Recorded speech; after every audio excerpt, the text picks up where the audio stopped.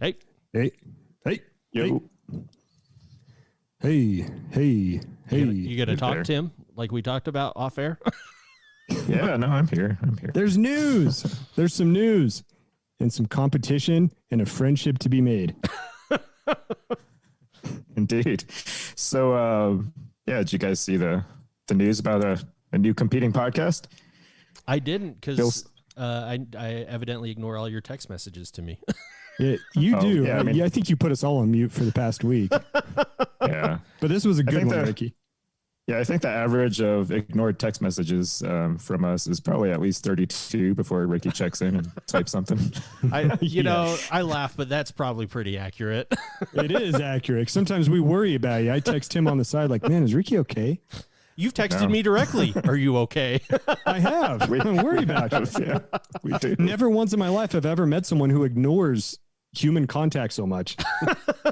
Anyway, Tim, the news.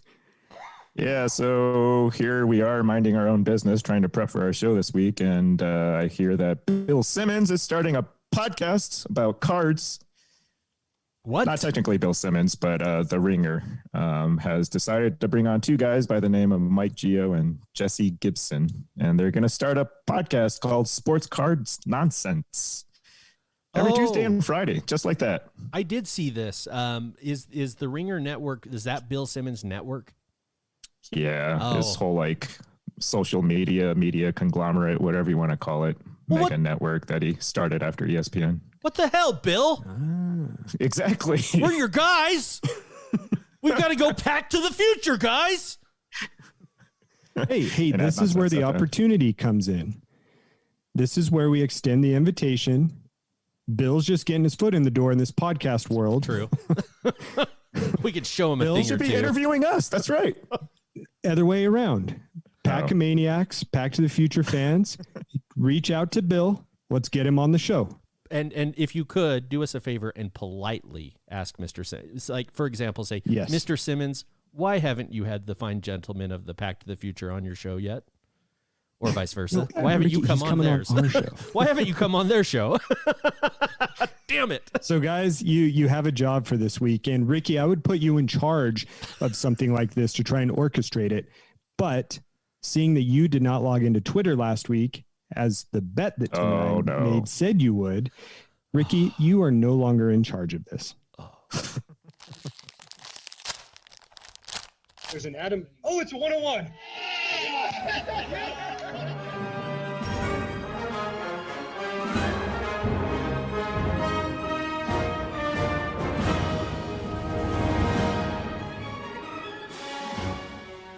Hello, everyone, and welcome to Pack to the Future. I'm your host, Ricky, a.k.a. Mr. eBay.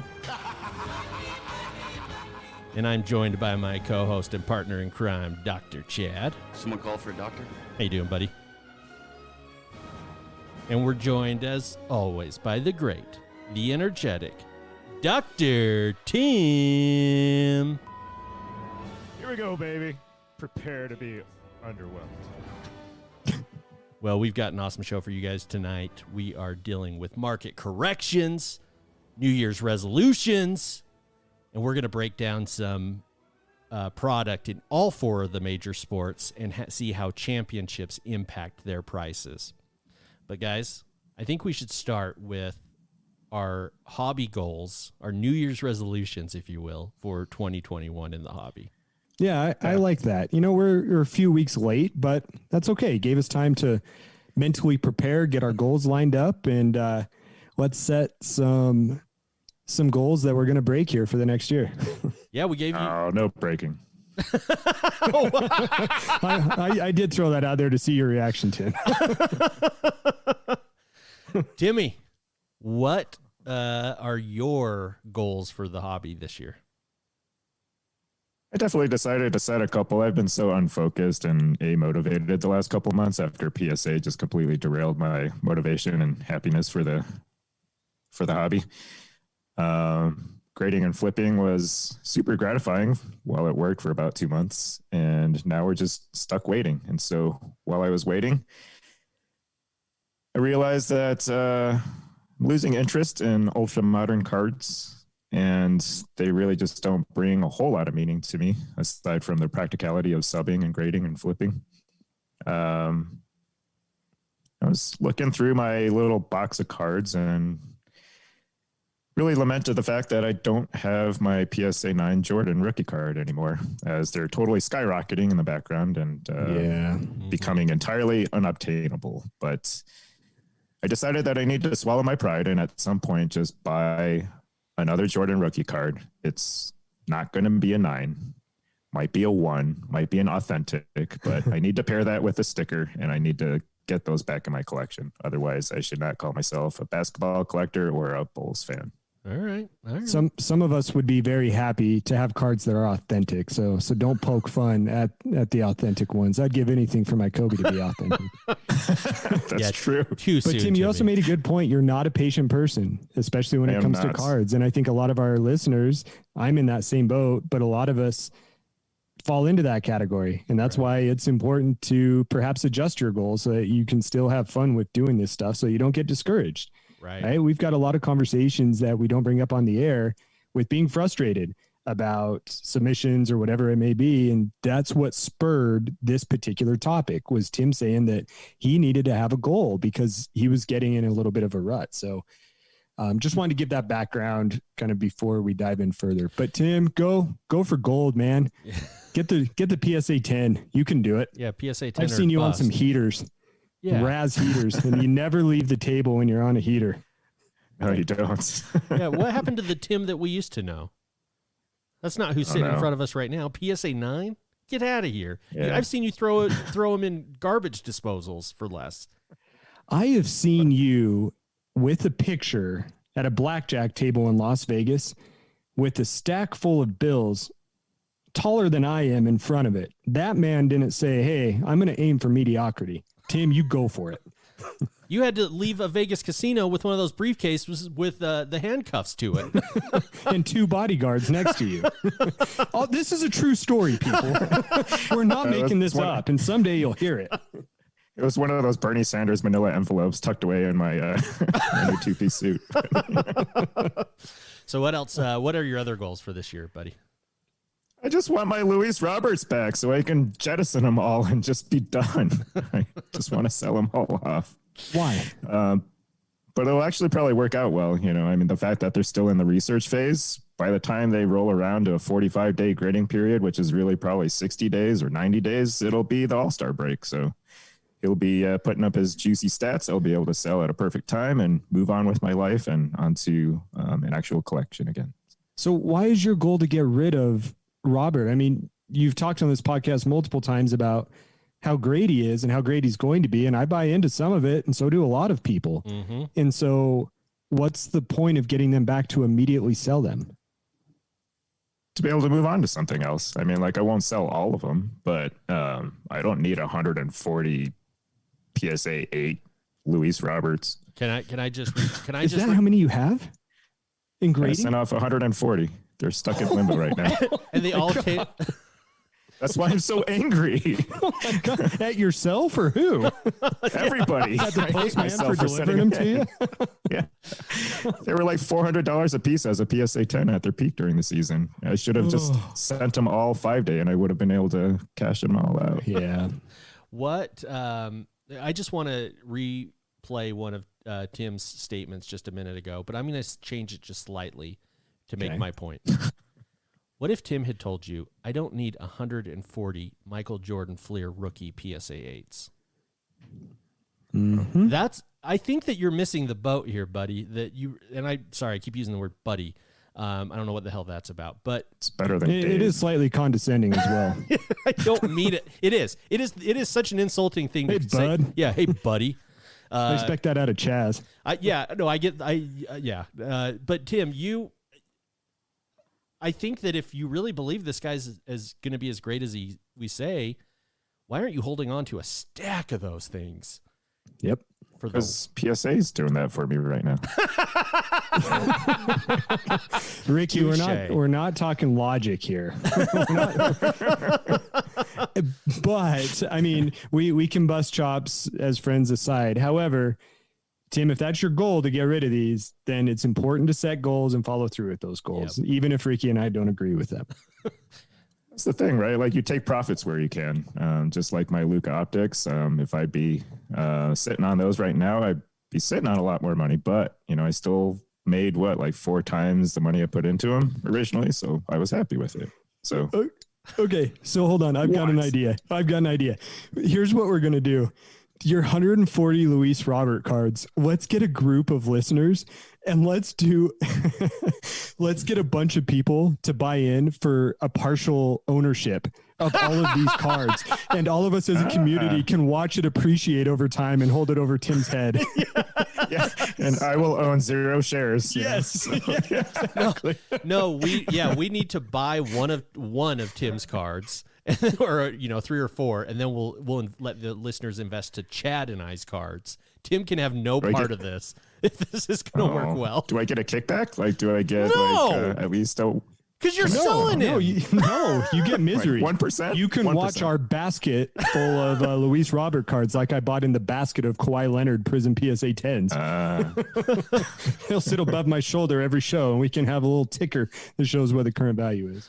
So that'd be fun. But Tim, on your goals for 2021, you skipped over one. Is that because you've already broken that one?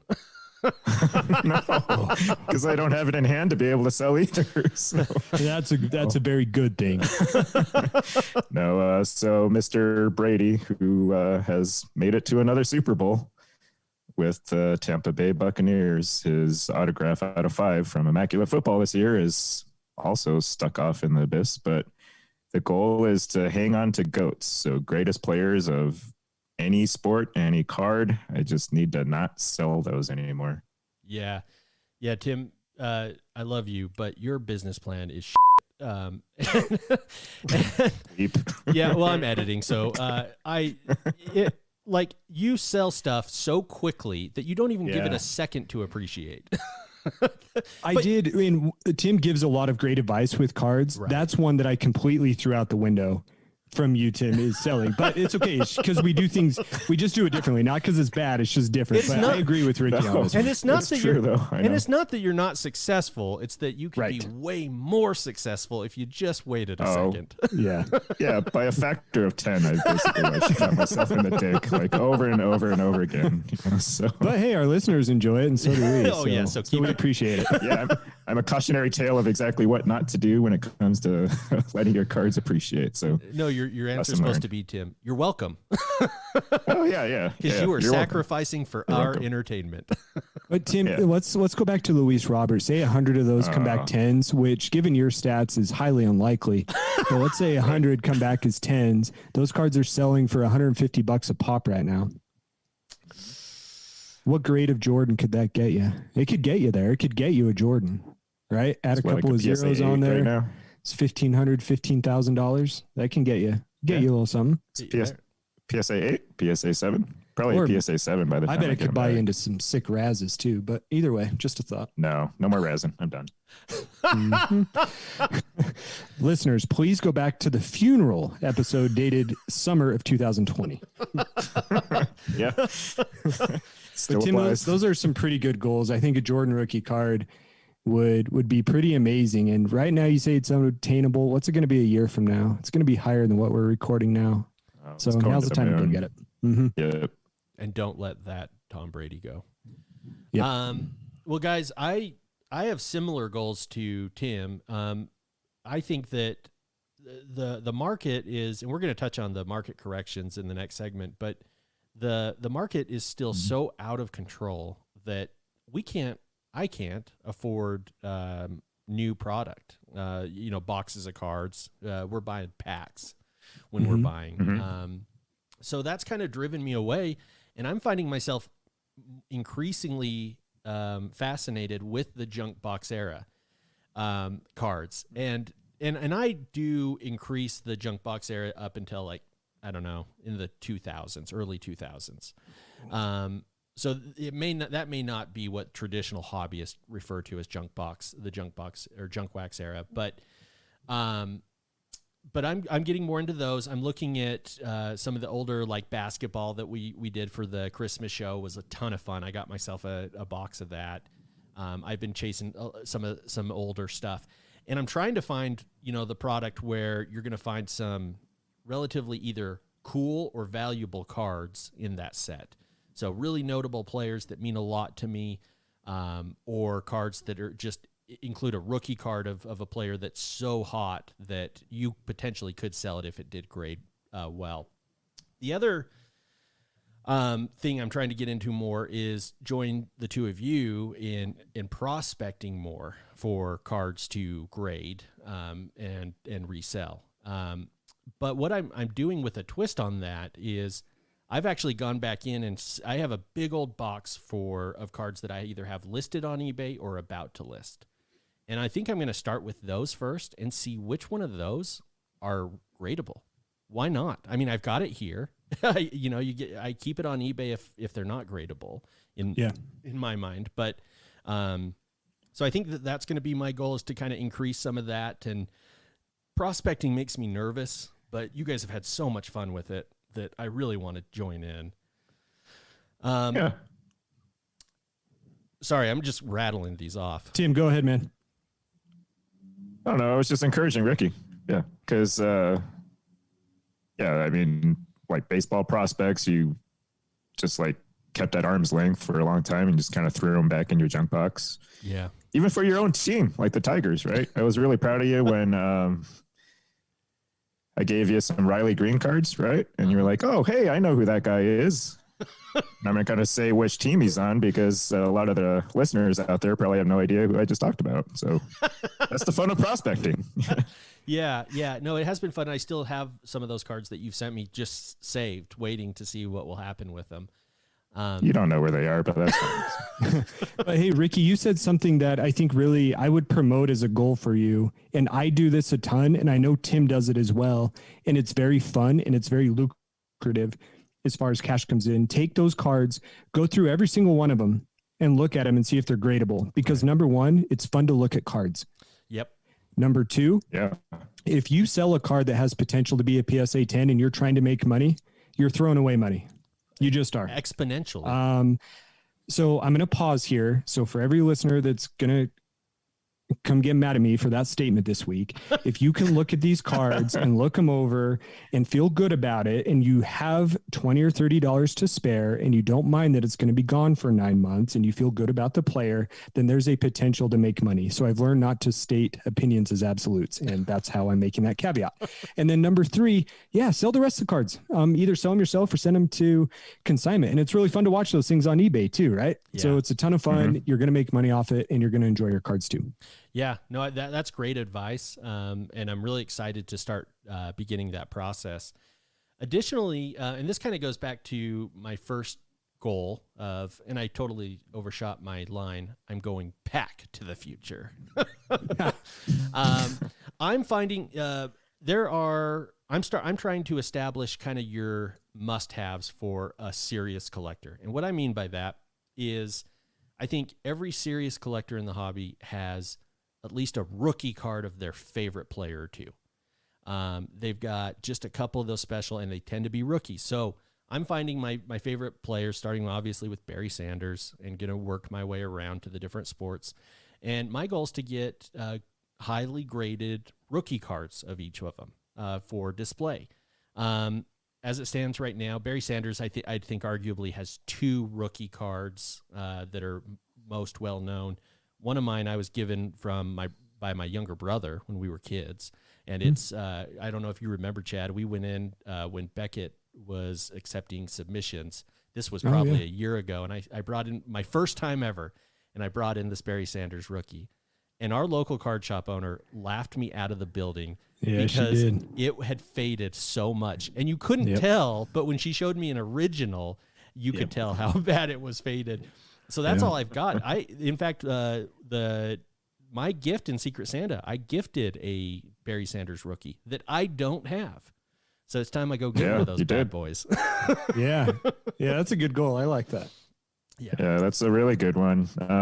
Cardboard Connection has lists of key cards for a lot of big name players, and that was part of the inspiration for the segment. Is flipping through all my Frank Thomas stuff and realized I have 2 on that list, right? So why have I not been working on that? Like, why have you not been working on that, right? We've had all this time. They're our favorite players, so it's long overdue that, yeah, I support that goal 100%. And then, my final goal is to, in line with that, is to grade more of my personal collection. And I want to stagger it the way Chad does, where you include it with cards you're going to flip so that it pays for the grading itself. But that is my goal. Is we've all got these awesome display cases in our houses. And with my OCD, I want one with all PSA slabs. I think that would be a really cool look. So that's going to be my goal this year. I like that. What about you, Chad? So next, I've got a few different goals, and I'll go through them a little bit quickly. First of all, I've been sending in subs to PSA about every 2 weeks, and usually it's a mix of 20-day and 45-day submissions. And they've, over the past month or so, the ones that I started back in the summer are starting to come back. And getting those in every couple of weeks is a lot of fun. I hate to admit this. Obviously, it's been a very good time to do it because of finances, but it's been something that I've really enjoyed. Sorry to cut you off, Ricky. Go ahead. No, and Tim and I, we were all talking about this off air earlier today. I am so frustrated with your success in that area, because you called your shot. You said, guys, I'm telling you, you need to submit just a few cards every few weeks or a couple of weeks, and then you're just going to get it rolling. And Tim had an outburst earlier today, if I recall, and said, I'm done. The PSA just holds your cards forever. But it must be fun for you, Chad. Well, it is. Yeah, this was my idea. I stuck to it. Like I said, Tim, I listen to a lot of the stuff you say. I just follow through with it.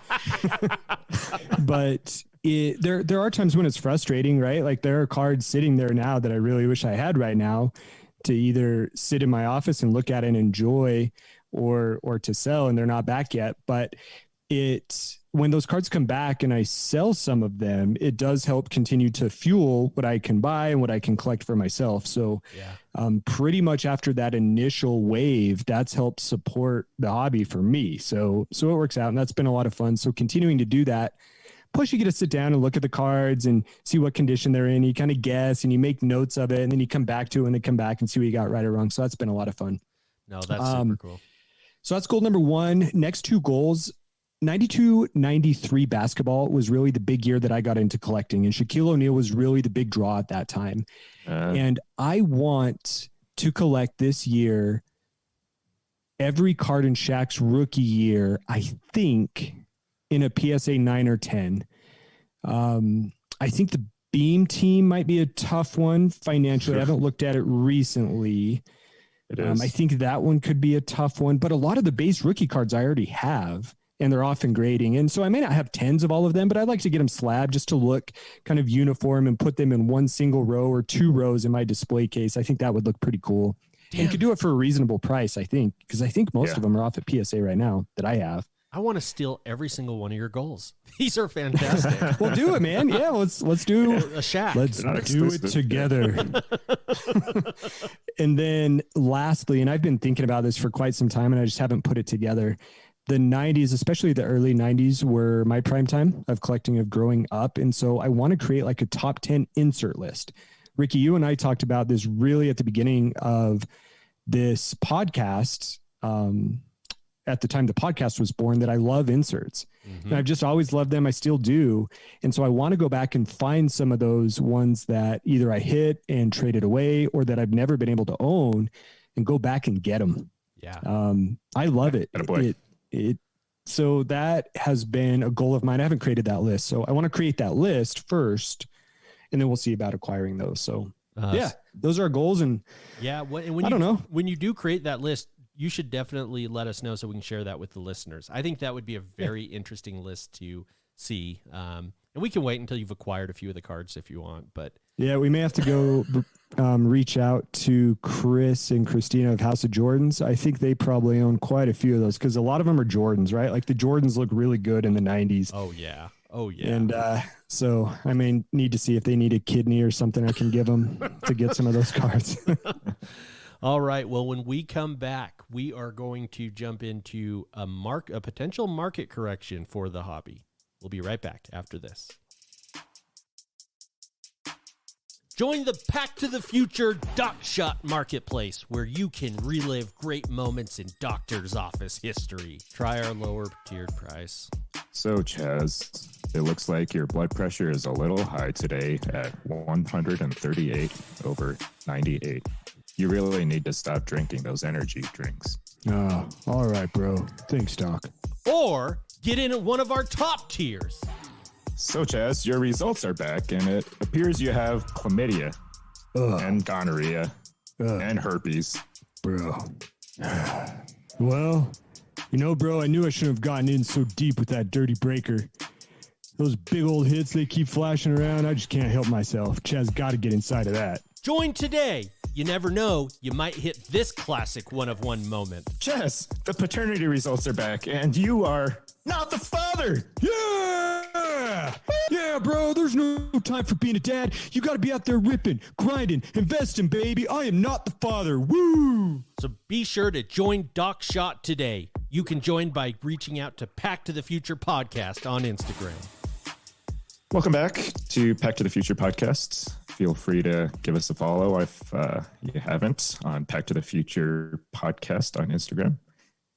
You can also look into the clips that are not there on our Twitter at PTTFP, PTTF Podcast. You can also find us on YouTube eventually. But this segment, we're going to be talking about how the market might be correcting on hobby products. I think it might be long overdue, but what prompted all of this was one of the guys in the forums raised the point that, hey, what's going to happen with these hobby box prices, hobby case prices? He apparently had access to some of the distributor type prices or breaker type prices on something called DealerNet. Obviously, I don't have access to that, never did. But he was saying that what happens when 2019 Prism Basketball, for example, starts off at $400 a box at release and was $4,800 for a 12-box case. Has over time gone to $7,500, $9,500, $12,500 for a case as of June.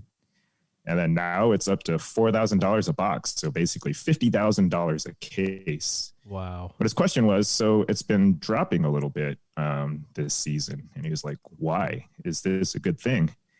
And it's now corrected to about $40,000. So okay, he was a little nervous. Stop for a second. Hold on. Sure. Hold on. You just gave out a whole crap ton of info.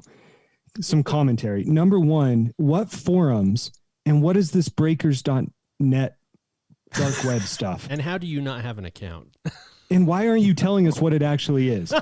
Why are you skipping over all the good stuff? It's literally called DealerNet. Apparently breakers post boxes or cases that they have, and you can put in, just like a market, you can put in a buy order or a sell order. And they noticed that the buy price for one of the 2019 cases of Prism Basketball sold at $40,000 when just 2 weeks ago they were selling at $50,000. And he was like, that's a huge difference, right? If you were sitting on one of those cases, wouldn't you be panicking a little bit? So you're saying this is a website where my buddy Adam and I can go in and buy a case of Eminence together? I don't know. I don't know enough about it. I think based on what Tim's saying is you need a special access to a website like this to show that you are a dealer or breaker. Okay. Sure. We don't know. Okay.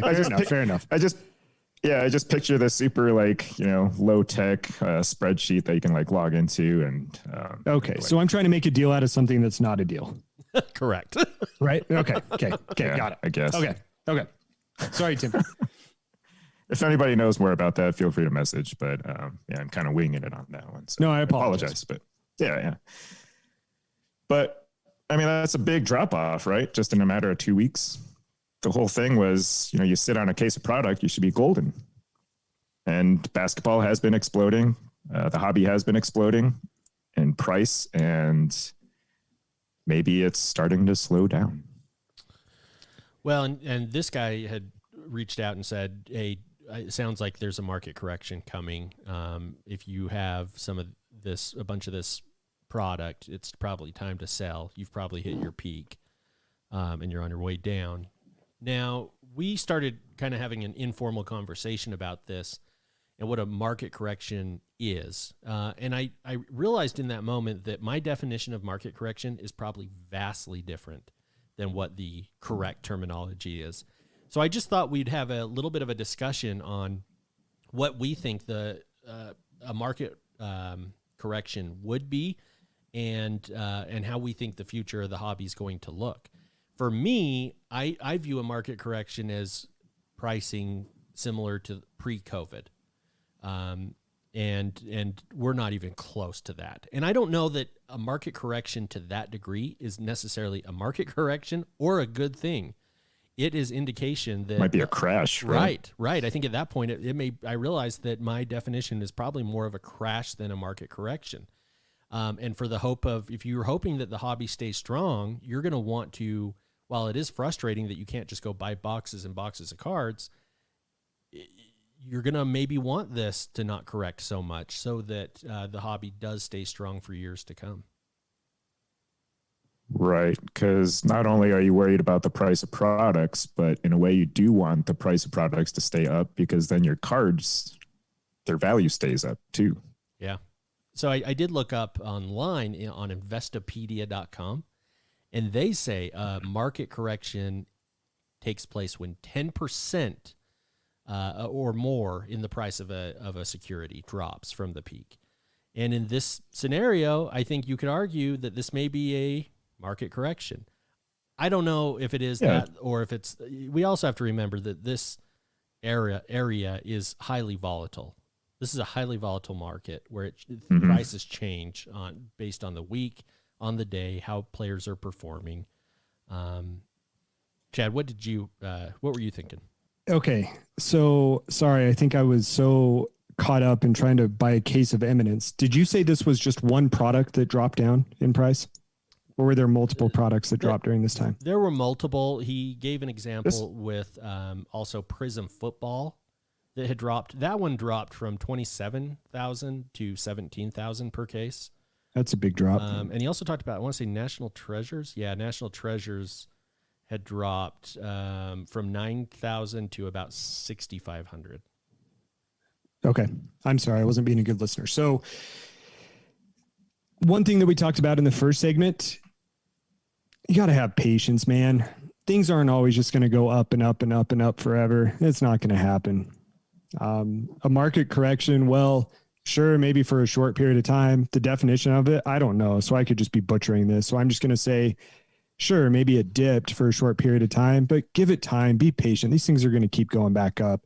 We just talked about in the intro that there's a new podcast coming out with some very prominent people who are going to draw even more people into this hobby. The people who are coming into this hobby, and this probably won't be a popular or take, is that this for newcomers is going to be what they know as the norm. They're not going to see it as any differently. And so I don't know why a bunch of new people would come to the hobby, hold out for lower prices and cause it to drop. And I know there's lots of caveats to that. So everyone can come online and tell me what all those are. I'll look forward to it. Well, and I was just going to say that, and it may be, if you're going to see a market correction, I agree with you. It's not going to come based on new people or people even necessarily leaving the hobby. The people in the hobby are very loyal to it. But what I could see happening is Panini and Topps, which I believe they're doing right now, and that's abusing the increase in interest in cards, and they might price the hobby collectors out of their products over time. Well, that's what they tried to do with 2020 Contenders Football. Pre-sale prices were around like $5,800 for a case. Oh. And then even at release, it spiked to $750 a box. So $9,000 were what they were going for and being asked for. But at release, the price already slipped. It came down to $700 a box, $8,400 for a case. It slipped even more now to $6,500 a case. I mean, if you follow those prices, it's basically like Panini forced themselves into a Dutch auction, right? The prices had to come down before people were like, hey, this is not so ridiculous. Right. But people actually did not take the bait for the most part at the outrageous prices that Panini chose to start. So I think people are adjusting, correcting. There's still a floor for how low this can go. And this was what part of our conversation was at the end of one of our segments last week. And it's due to breakers. Right. And so as long as breakers are still there, in my opinion, you're not going to see prices return all the way back to where they were, because people can buy in at a lower price, still potentially hit a very high price card. Ricky, as you mentioned, these prices are still high. And so there might be some wiggle room, and maybe correction is the term for that. Maybe that's exactly what you guys are arguing, but there is going to be a floor for how low this will drop. And I just don't think it's going to be a ton, to be honest with you. Do you guys think that we will ever get back to the pricing pre-COVID in our lifetime? No, not a chance. I don't either. Yeah. Right now, I don't see it. with- Ever's a strong term, though. Sure. Well, and I think the problem is let's look at who is flooding into the hobby. Investors, gamblers, poker players, celebrities. These are people with money, or they don't care how deep into debt they're necessarily going. These guys are people that They don't. they go for the big product. And so maybe they'll always have those buyers there and not need to drop it down much more. That's kind of the feeling I get, that this is becoming a more popular hobby, and as more and more athletes and entertainers and just celebrities join it, it's just going to bring more recognition. And what is, I don't know about the two of you, but when I used to have my card display, it was right inside our front door. And every single man that came through my door stopped to look at it. It is something that reminds us all of being kids, and it's what you see with movies, right? That they're coming back and they're reissuing Star Wars. So now that the parents who were kids when they first came out can enjoy it with their kids. And I think that that's what you're going to see as more and more celebrities keep coming in. They're going to say, oh, wow, people are really, still collecting cards. Maybe I should get back into it. We might find more Tims and Rickies and Chads. I like the fact that potentially, and Ricky, you're exactly right. I like the fact that maybe some of the products come down in price, but others potentially stay up top. Yeah. Ricky, you're talking about when we were kids and bringing back that feeling. And one of the things I always remember is that there were products that I could afford and were obtainable, which were fun if I just wanted to go open some packs. And right now we don't have that. And maybe that correction brings that back. But I also remember, when Topps Finest came out in basketball, that was a bit more pricey. Right. And that was hard to obtain. But if you buy a pack of it, it's something you could still get to, but meant a lot more. And I think right now, in my blurry brain of trying to keep track of all the basketball products that are coming out that are all just skyrocketing in price, it seems like they're all just lumped together. Mm-hmm. And that there's not that separation. There is in the values of it, but I guess I would love to see some more, some widening of that gap that's there. Well, and maybe, yeah. I agree with you. And I think part of what initiated me giving you such a hard time with NBA premium stock is it's NBA hoops. No NBA hoops product should be that expensive ever. Yeah, that's that's Allen true. and Ginter. I mean, if Allen and Ginter were priced that high, I would never buy a box again. Well, of course I would, but Let's not get carried away. but I agree. I think that is a really interesting idea, Chad. And I could see that happening where you see the lower end products drop down to a more reasonable price. But in order for that to happen, you need collectors to stop grading those base and inserts of the lower end product and reselling them. I mean, seriously, there has to be less of a demand for PSA 10 Zion base NBA hoops. And until that happens, they're not going to drop that price. Right. Because you need those base cards to be worth like $5. And then once graded, you need them to be worth like $12, right? So where you're ending up underwater after sending them in, if you get a PSA 10. Well, and that's what needs to happen. And what scares me is that seems to be the news that we're hearing, that Topps and Panini, they have figured out what the issue was in the junk wax era, and that was overproduction. So what they've done is they've underproduced. They've done a lot more parallels. in an effort to eliminate a junk wax era from occurring again. Kind of cool, kind of scary. Oh, I mean, I think most people would argue the other way, is that you look at the population counts for these rookie cards. You know, Lucas Silvers being the really easy example. I mean, like 15,000 PSA 10s or whatever it is. How's that going to end up rare, right? I've heard other people describe this as the junk slab era instead of the junk wax era. Maybe Topps and Panini are underproducing cards relatively, but overall they're leading to a bunch of effectively not uncommon cards. Yeah. No, that's a good point. And I don't have a response as to why a Zion Williams NBA Hoops PSA 10 base card can be worth as much as it is. I don't even know what it's worth, but yeah, I guarantee you it's worth more than it should be. And I don't understand that. And in particular with the Lucas, as I've sold my Lucas off, I just don't understand what these collectors are doing, buying these cards for such expensive prices when they're frankly just not that uncommon. I'm going to surprise myself here a little bit, and I'm going to rely on both of you for the answer to this. Does baseball and Topps have the right formula? Because you can buy base Topps, a box, for about $100 when it comes out, right? $100 to $150. Yeah. And you can still collect the rookies. You can collect the sets. You could still get an occasional pretty rare card that's valuable. But then also there's much higher priced and rare products with Topps that are still very nice. And so the amount of variation in the cost of these boxes is very wide. Yeah. I just don't feel that we have that with Panini and basketball. No. And I really wish it was there. And even though I'm not a big baseball fan, it seems like it's there with Topps. And am I right with that? I think you're dead on. And I find myself constantly hovering over baseball because that's the only product I can afford at the moment. Panini has outpriced football and basketball. I like it the best as the consumer. I don't know if it's the best if you're saying for the health of the hobby. It might be better that they're all railroading us and increasing the prices. Mm-hmm. I would say basketball product is much healthier than baseball product right now. That's true. What do you think? It is, but I think Chad in a way is talking about we're proposing that better correction instead of just values is, the more variance in hobby products available. Yeah, drop the bottom lower, have a affordable box, but still have a transcendent product that's 5 figures and selling a $6,000 dinner invitation to Jeter, right? That's fine. You're catering to both ends of the spectrum at that point, right? Yeah. Why isn't Topps, flagship still $80 to $100 like it should be? Yeah.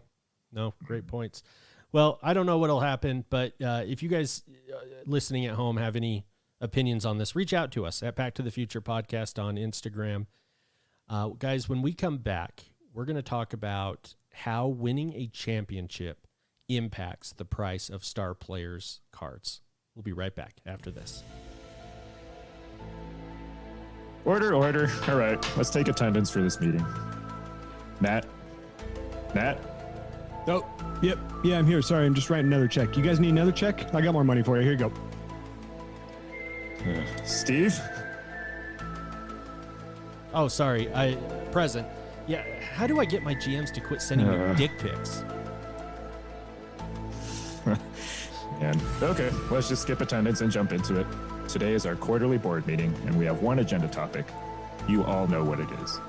Today is the day we find out how we could further butt Junkie Tim in our PSA subs.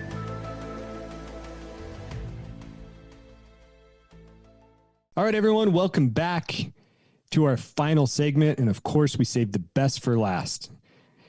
Guys, you can reach out to us. Please feel free. Keep calling Ricky in the middle of the night on his voicemail. Oftentimes he's up and he gets super paranoid that someone's calling him. So let me give you that phone number. Grab a pen and paper. I'll wait. 801-893-1609. Ricky does promise to change the intro of the voicemail from the one that he put on there 6 months ago. But give him a call. Let him know all about it. Or if you have feedback for us, you can let us know there too. Also, go on to iTunes. Rate and review us 5 stars. And again, if you have complaints, don't review us there. Call Ricky. His prime time is about 4 a.m. That's really when you can disrupt him. So Damn get him it. there. All right, guys. Well, we got the Super Bowl coming up. And so it got me thinking about card values and what happens to card values after star players win a title. And so, guys, we went through, did some research in each of the 4 major sports and wanted to give our listeners some feedback about what happened to card prices. Now, granted, it was 2020, which is a bit of a different year, but hey, 2020, a lot of people came into cards and they're still here. So that's the data that we're going to use. Yeah. We're going to start with baseball and my Dodgers from this year. And Ricky, you got some data on some baseball cards. So tell us about that. Yeah, so this year's World Series took place from October 20th until October 27th, 2020.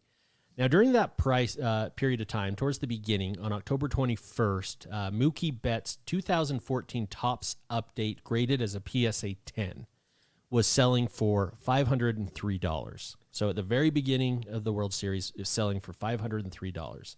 Okay. The day after the World Series ended and Mookie got his championship, Dodgers got their championship, that card price dropped to $390. That's a 25% drop. But here's the interesting thing. Back in January of this year, the card had actually increased back up and is now selling for $640. So it did go up. It just didn't go up during the World Series. It went up in the offseason, which I found really interesting. And there hasn't really been big offseason news and certainly nothing surrounding Mookie. I mean, the biggest offseason news is that Dodger Stadium is now a COVID testing site. Yeah. I mean, and I know that I know baseball, will do spring training and extend their offseason that way. But is there any more meaningless offseason in the 4 major sports than baseball? I don't know. To me, it feels like that's worthless. I feel like there's way more hype around the NFL, NBA, the combine, their drafts. I realize you get the big signings in baseball, but I think with everything else, I think their offseason's pretty quiet by comparison. What do you guys think? Yeah, especially with the economy tanking because of the pandemic, owners are not cutting the big fat juicy checks to free agents. And really, that's the main thing to watch during baseball offseason is, hey, where are these star players going? How large is their contract going to be? Is Bryce Harper going to get his $1 billion contract or whatever that was? Yeah, stuff like that. But so I thought that makes no sense as far as the prices go. So yeah, that's just me. Really odd that it increased like that. On the flip side, Randy Arozarena, you did it. His 2020 Topps base graded as a PSA 10 have been at a steady $120 since October. Mm-hmm. Since the World Series till now, just flat 120, did nothing the World Series. Yeah.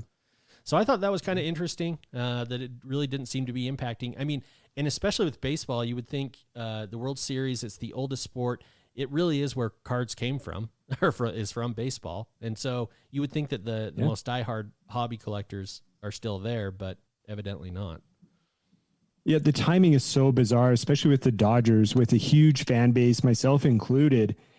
I have got a few, not Mookie Betts, but I had a few big Corey Seager cards that I really expected to watch skyrocket in that week following the World Series, and it didn't do it. No. But to see them start going up now is just so interesting. We thought that was a very interesting trend. Yeah. Tim, anything else to add for baseball?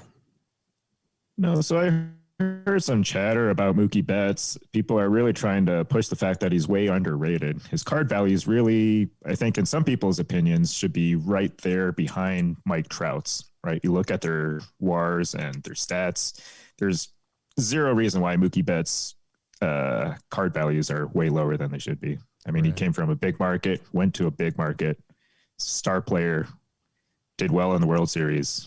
Just makes no sense. So I think part of that price correction in January was due to that. So that actually makes a little bit sense there. But the drops during championships, I'll just never understand that, right? Because people purposely hold their cards back until a player gets to the championship and are like, hey, I'm going to crank the max value out of this card.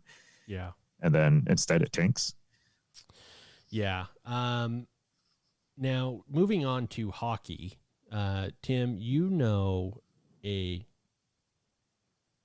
want to bring us in on this transition, Chad?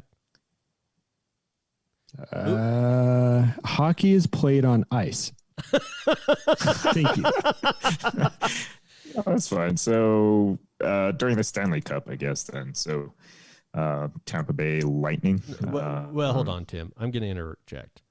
Tim, you pretend that you know about hockey, but you know about the Chicago Sometimes. Blackhawks. Chad doesn't even. Not even sure. Chad, I don't even think Chad's been on ice in his life. So That's true. So we brought in a special correspondent. Hey, this is Ranger Mike. So since the guys don't know anything about hockey, they asked me to come in, give a look at hockey card values right around the time of the 2020 Stanley Cup Championships. So let's look at two players from the Stanley Cup winning Tampa Bay Lightning. The first player is Steven Stamkos. Now, mind you, Stamkos was injured, played less than 3 minutes during the championship run. And he scored a goal during those few minutes he was on the ice. So at the start of the 2020 Stanley Cup Finals, back on September 19th, Stamkos, his PSA 10 2008 Upper Deck Young Guns card, it rose to a then all-time high $299 before immediately dropping to $202 during and even after a week of winning the Stanley Cup. But then, months later, we see his card price explode. One just sold on eBay for $420. So he's back. He's healthy. He's got 2 goals and 4 assists in 4 games already this season.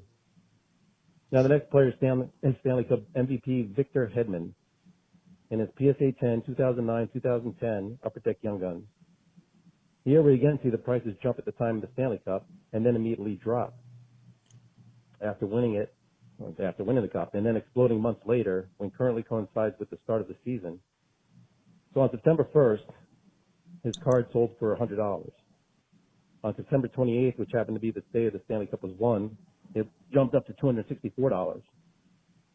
On October 14th, 2 weeks later or so, 2 cards sold for about almost half that price, $162, $179. And then January 2021, 2 cards sold for $294 and $301. And I saw one most recently sell for $345. So there you go, guys. So keep up the entertaining podcast. Feel free to reach out to me when you want to jump in on the hockey card bandwagon like everyone else, because all the other sports are getting too expensive to collect. All right. Thanks again, man. You know, he says that, and I found myself the last time we were at the local card shop looking at hockey, thinking, could I? Could I? You're a degenerate pack ripper. That's why. That's exactly it. I was like, hey, that's about $100. Could I? But Ranger Mike, that was awesome. That was the most hockey knowledge we've ever had on this show, I believe. We need to bring him back as our Thanks, guest man. correspondent, our hockey expert. Yes. So thank you. Timmy, you Yo. looked at basketball trends with the NBA Finals. Reluctantly, because LeBron is not one of my favorite players, being a Jordan fan. But his cards, I have to argue, are quite valuable and continue to demonstrate that they are. But during the finals, LeBron's 2003 Topps Chrome base PSA 10 was around $13,800 and then dropped to $9,299. So that's more than a 25% drop, kind of like we've hinted at. That is insane. We need to pause and talk about that. So, number one, I'm mad because all those Revolution base cards I bought in the summer and graded them to get them back in time for the finals. I wanted those cards to be worth $1,000 a piece, and they weren't. And they weren't. They went down around the finals. But how does that happen? One of the greatest players for one of the greatest franchises brings them a title during a year when there are more collectors than ever before, and the card prices go down. Mm-hmm. And I know people talk about because everyone else was doing the same thing, and that's probably it, but it still seems ridiculous to me. Well, and I almost wonder if that's what, and I think that's what you're trying to say, Chad, is that everyone has the mindset of, there is no chance I'm going to go buy a LeBron James card right now during the finals because it is going to be ridiculously expensive. I'm going to wait. And maybe everyone's waiting and no one's pulling the trigger, and that's causing these sellers to have to reduce the prices to get someone through the door. I don't know. What do you think, Tim? Yeah, I wasn't able to see like the volume of cards at that point, but I almost wonder if the market just gets flooded too, right? Right. Yeah. Yeah. So, all the smart card collectors are selling while, people who actually want the card have millions of choices, right? So I don't know. It. That's one exactly theory. it. But then the card bounced hard and skyrocketed to $30,750 by the end of January. But, that's pretty much what every card from October to January did in the basketball realm, especially of the big name players, but LeBron especially. I mean, that's 2.5, 3 times the price. Right. I mean, that's insane. It's a big jump. It's a very big jump. Yeah, no, I agree. I almost wonder if basketball, I almost wonder if it makes a bigger impact on card sales at the beginning of the season rather than the finals. If you think it about absolutely it, does. Everyone's team's in it. Everyone's team's undefeated. They're getting excited for a brand new season. Towards the end, it is the finals. I get it, but chances are your team's not in it. You're kind of just passively watching. You're not over the top excited over what's going on, as excited as you would be at the start of the season. Yeah. I think the hype this year, especially with just the excitement of having a season at all on Christmas, really, really was unique this year. And you definitely saw the card value spike.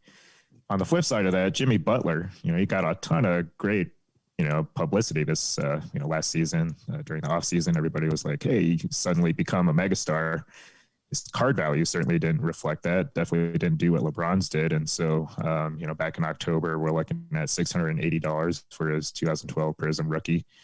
PSA 10 even dropped a little bit before the season to $385.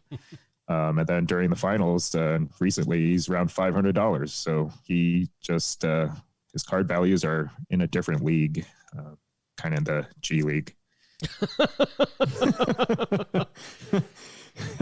All right. Fair point. But looking back at these 3 sports, the trend that we wanted to make the statement of is that there are a number of variables that go into this.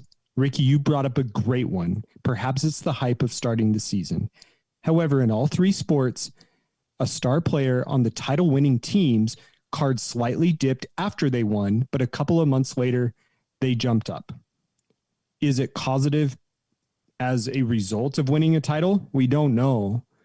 But looking forward to the Super Bowl coming up here, I mean, what do we expect with Patty Mahomes and Tom Brady? Well, give our listeners at least something to think about. I'm going to make a bold prediction, guys, so get ready. I think both values of their cards are going just straight up. Because this is the Michael Jordan, LeBron James of the sport. So it's not a Jimmy Butler role player. I mean, and even a superstar role player. I get it. You're just not in that elite couple. These are probably the 2 best quarterbacks of our lifetime playing each other. Yep. Perked me up talking about role play. I'm listening. There you go again, Chad.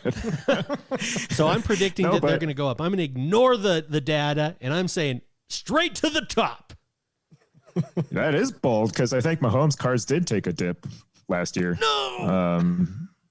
But I agree. I mean, the hype train for Brady cards has already taken off. I mean, his rookies, his Bowman Chromes, they've just done ridiculous things in the last couple of weeks. Like, you could have been mini rich if you just gone back 2 weeks and bought their cards and held them for 2 weeks while they were in the mail and sold them now. I mean, you'd be ahead. Yeah. What do you think? And Tom Brady is the greatest quarterback to ever play. And this is coming from a diehard Denver Bronco fan watching Elway and Peyton Manning. You can never sell that fake redemption card that you got that your buddy stole the redemption off of. Tim, I'm just kidding. Don't find me over it. Seriously, you can never sell that card, Tim. That is going to be one of the highlights of your collection that you will ever own. This dude took the Tampa Bay Bucks to the Super Bowl, and it just proves one thing. Guys, everyone listen up. If you've heard one thing about information on this podcast, here's what you got to know. This football season has proved that Tom Brady is a better quarterback than Jameis Winston. That is a hot take.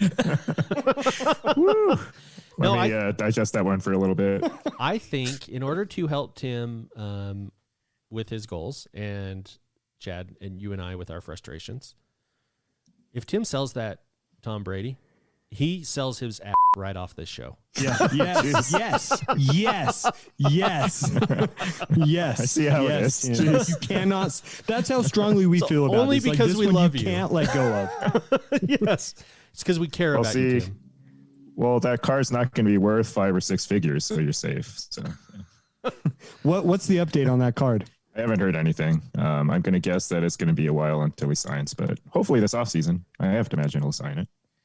It's only 5. Go back and listen to one of our previous episodes. Tim hit this redemption card, had his buddy scratch off the redemption and went to enter it, and it was invalid for what was the product, Tim? Immaculate Football this year. And what was the card number 2? Was it number 3? 5. 5. Yeah, just a little Immaculate Tom Brady numbered to 5. Nothing. And still doesn't have that card yet. Little game used patch auto. Oh my gosh.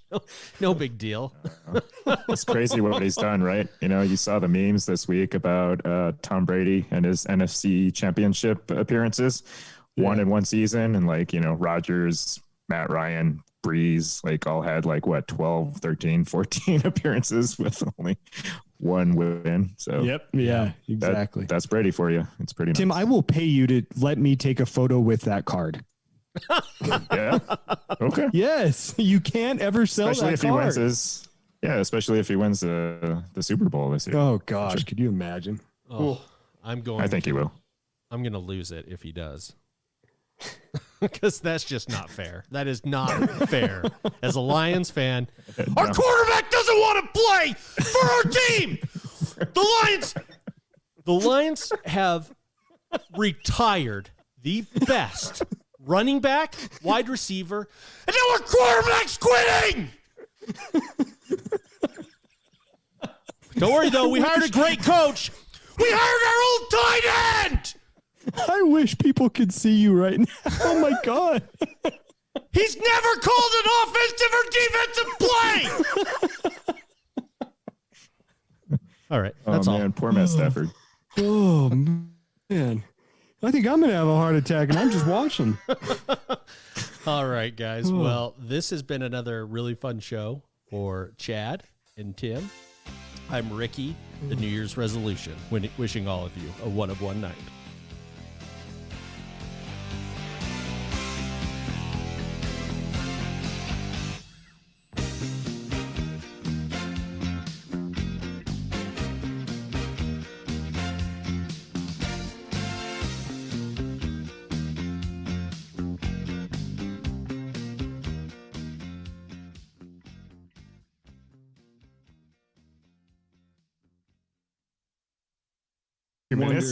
I wonder who he sent it to the first time. Tim, did you see that on Instagram? Yeah. Yeah, obviously he sent it to somebody, right? He must have mistyped a digit or something. Some random Utah the caller. wrong area code. Yeah. Some random Utah caller got a hot take by Boston Steve. Yeah. Guys, we had some response to our card court segment last week, and one Boston Steve decided to chime in. Good evening, gentlemen. Boston Steve here. I'm calling to file a civil complaint in the Court of Cards. So first off, I want to ensure the court that I'm making this motion of my own free will and let you all know that I am not Ricky's brother. I'd like to address the continued public shaming of Dr. Tim B. character in regards to a recent grading submission which resulted in him obtaining a grade of a PSA 6 on one of his cards. Archival footage from the Back to the Future podcast, which is available on iTunes, Spotify, Google Play, or anywhere you get your podcasts, will reveal the continued questioning of Tim's character and competency resulting from him obtaining said grade of a 6. However, one key piece of evidence that has not been discussed is a card that was submitted to PSA by Chad, Doc. Chad revealed the grade of this card on episode 43 of Back to the Future podcast, which originally aired December 12, 2020. However, because you were all working remotely due to Tim's health concerns, Chad was able to omit the fact that the card he revealed had a qualifier. The card I present to you for consideration, Your Honor, the 2017-18 status Jason Tatum rookie with a grade of a PSA 8, but a PSA 8 with a qualifier of MK. The MK qualifier stands for marking and indicates that there's markings on the surface of the card. In the instance of this particular card, there exists, clear as day, the imprints of a $sign and a 6 in the center rear of the card, almost as if someone was using this card as a clipboard while pricing other cards. I contend that missing these obvious marks of damage are a more offensive act than overlooking some of the subtle flaws that could result in Tim's original 6. Therefore, I'm requesting an immediate cease and desist of the shaming of Tim and his PSA 6. Thank you, Your Honor. I appreciate your time. Oh, and Chad, thanks for sending out this Tatum card. I love it, buddy.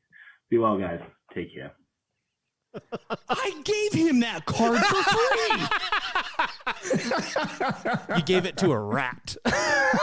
He outed you. Never again.